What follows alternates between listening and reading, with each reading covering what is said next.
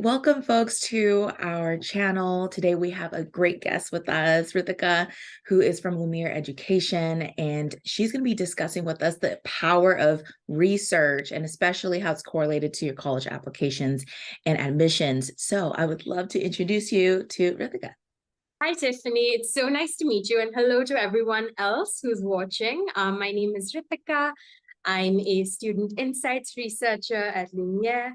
I did my undergrad in sociology and anthropology at Ashoka in India, and my master's in social anthropology at the London School of Economics. So nice to be here today. Awesome. Well, thank you so much for that quick introduction. Well, this video started off because as a college and career consultant, I see students that do research from their applications and within their high school journey. And there's a strong correlation as to those that do research oftentimes get better results, as you will say. So that's why I reached out to Lumiere and Rithika to learn a little bit more about this space. So I would love for us to talk a little bit more, like, what is a research project, Rithika? Absolutely. I think that's such a great starting question. I suppose I'd like to say that a research project is really just an undertaking where you're looking to answer a particular question systematically using the tools available in a particular discipline. And this question could be anything from how old is the universe to how does the usage of certain words change the way that a product can be consumed in a society. So it really is driven by the researcher's curiosity. I love it. And this is exactly why it's a great option for students, especially since the summer is coming up. A lot of my students are asking me, what can I do to be productive in the summer? And the great thing about research is you get to choose a topic that you're interested in and then dive right in. So that's great. And what do you think is the value of these research projects? So I think engaging in research can help a student in any of three ways. The first is when a student is curious about a field that they may not have had the opportunity to explore academically in their schools. And this could be something like neuroscience or international relations. Research sort of helps you take your first steps in the field, supported by experts. The second is in fields that you have studied, like physics or history, which are part of our core curriculum in schools, and you think you might like to explore them further at university. An important part of coursework in universities is research, and engaging in a research project in high school helps you sort of understand what goes into conducting research at that level. And lastly, I think what you're really gaining from the research process itself is the ability to work independently, learning how to read academic papers, understanding what existing research has to say about a certain topic, and very importantly, being able to write a paper convincingly. And these are all skills that a student would require to sort of hit the ground running when they get to university. Yeah, I think that's a really good point because back in the day when I was in high school and in college, I'm like, why do I have to keep doing these research papers? And as a entrepreneur, business owner, I'm constantly doing research on college admissions, career exploration, and I put together blog posts, and I'm working on a book too. So it feels like a research paper or project, as you will. So it takes a lot of effort for sure, and a great skill set to refine.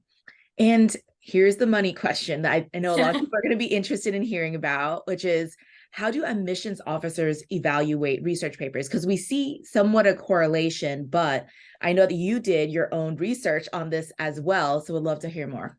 It is the money question, because I think for a lot of students, this is why they engage in research in the first place. So I think it's a very fair and valid question to have. But last year, the Dean of Admissions at the University of Pennsylvania wrote that a third of their incoming freshman class did engage in research during their high school. Wow. So a staggering part of the college application process. So, but with the volume of applications that an admissions officer has to read, and this is especially true of larger universities, admissions officers don't really have very much time to read through an application. So they spend on average between 10 and 15 minutes on each application. And a majority of that time is spent looking for things that are part of the required submission. So things like essays or grades. but they also want to see what a student does with their own time outside of school hours. So if you do have something interesting to add, like a research paper, you want to present it in a way that is really concise and grabs their attention. They're looking to see what you learned and how what you have learned can sort of help you in the discipline you've chosen to study at university. Yeah, I love that. You're giving us data that just showcases how valuable research could be. Obviously, there's other options for extracurriculars, folks. We're not saying this is the only path in order to get into your It's one of them. university. Exactly. It's definitely one of them, and a really valuable one, because as we mentioned, there's a lot of different skill sets that you can learn from this as well. Wow, I had no idea. I saw correlations, but a third, that is staggering. And folks, as Rithika mentioned, 10 to 15 minutes is what the admissions officers can really allocate at times to applications as they're reviewing. So being strategic on the activities that you choose, it's honestly quality, not quantity, as we often say as well. And it's correlated to what your career interests are, which we talk a lot about on this channel. Does publication matter when it comes to research? Because I see students that say, hey, can I just do research on my own? And does that qualify as research? Do I need to publish it? What is your take and the admissions officer's take? Absolutely. So from what I learned after speaking with these admissions officers is that publication isn't necessary when you present research as part of an application, because the skills that they're really looking for in a prospective student are ones that can be gained through the process of conducting research itself. However, publication does offer a signal of authenticity or legitimacy. So it shows that someone else in the field who is familiar with the topic being researched has read and can also verify your work. So while it isn't a requirement, it's definitely a cherry on top. That's a good point. Yeah, it's basis off of the impact that you make and the value that you'll bring from the research and the skill sets that you're developing. But obviously, it's nice if you could get it published. That makes a lot of sense. What do students usually do after they finish their research, right? Because sometimes you have your thesis, you have your recommendation, and are they expected to take action on it? I think that's a wonderful question. And also, I think so much of the research process treats the end paper as the end goal, and no one knows what to do with it or after it.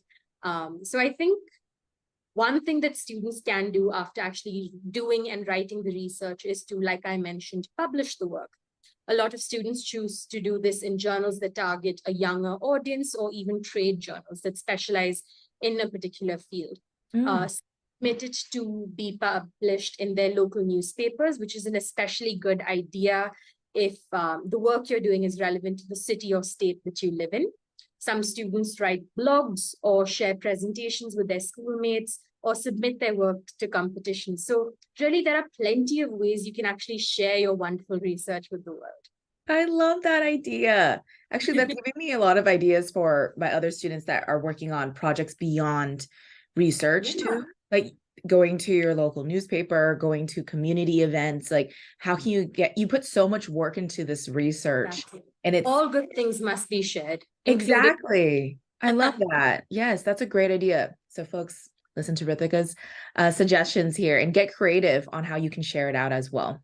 Since we are talking about college applications quite a lot here, how would you recommend that the students portray and discuss their research in the application itself? So I think there are 5 ways to make high school research really stand out in a college application. First is to include a brief but very well-written abstract of your paper. So like I mentioned, admissions officers have so little time to evaluate your entire application. You want to make it really easy for them to identify the important learnings from your research. Second is to highlight the credentials of the people who mentored you. So if they are presently in academia, your admissions officers will know that you are being mentored or guided by someone who knows their stuff. The third is to ask said mentor to submit a letter of recommendation or an evaluation of your work. And here, the more detailed, the better. The fourth would be to probably Include links to videos or publications that describe your research in your own words. And this could be something as simple as just a video of you explaining what your research is on and what you sort of learned through the process. And the last, I think, would be to sort of describe the topics, the events, and also the classes that got you interested in your research area. And consequently, also how your research project shaped your curiosity in the field that you're applying for. Wow, that is super helpful. So, what is the most interesting research project that you've read about? Absolutely. So this is admittedly a biased answer because I love anthropology. But the paper I enjoyed reading the most was by this student who wrote an ethnographic study of security guards to better understand labor conditions and power relations in a certain part of Hong Kong. And that's where she lived. And it was so beautifully written. And I learned so much about anthropology through that. That is awesome. So we have some examples of papers that students have worked on the Lumiere website. And these are just cherry-picked across disciplines. If you really want to know what you want to do is sort of write to a member of the Lumiere team and ask for what kind of projects people have done in the discipline that you're interested in, and we're always happy to answer those questions. Perfect. Thank you. And I'll link the information for Lumiere in the description down below, folks, so you can take a look afterwards. So how would someone start a research project? Like, do you have any suggestions on this? Absolutely. So I think the first step to starting a research project would be to identify what you're curious or passionate enough about to want to explore in depth in a research paper, and also finding someone who can suitably mentor you through that process, because there are lots of experts in the world, but can they teach you how to also be an expert? Not necessarily.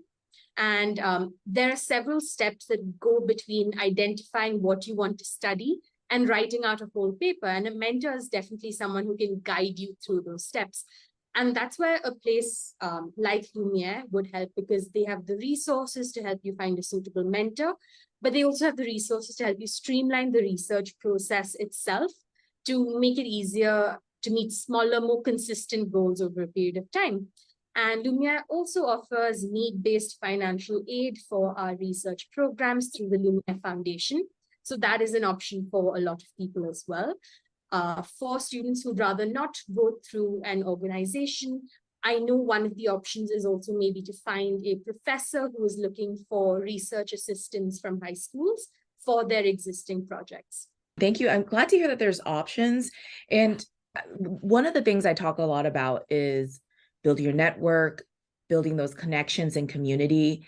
Getting a research mentor is a great gateway into understanding what does it take to get to the space that you eventually likely might want to be, which is getting into in a university that is focused within the research space that you're interested in. So I think that's a great option for you to widen your network, if for those of you that are considering doing research as one of your activities. So it helps to sort of understand through this process if research isn't for you, and that's a perfectly reasonable end goal as well, because sometimes research isn't for everyone, and that's okay. That is a very good point. Absolutely. You learn, and then you also learn what you like versus not. So that's always a good outcome as well. Absolutely. And if anyone's interested in applying to the Lumiere Research Program, when is the deadline for the one in the summer? The third week of May. Okay, awesome. So the third week of May, folks, you only have a few weeks, so I'll try to upload this video. But we do have the fall cohort right after that, which would start in the first week of September. So you have a little bit more time for that. Perfect. Okay.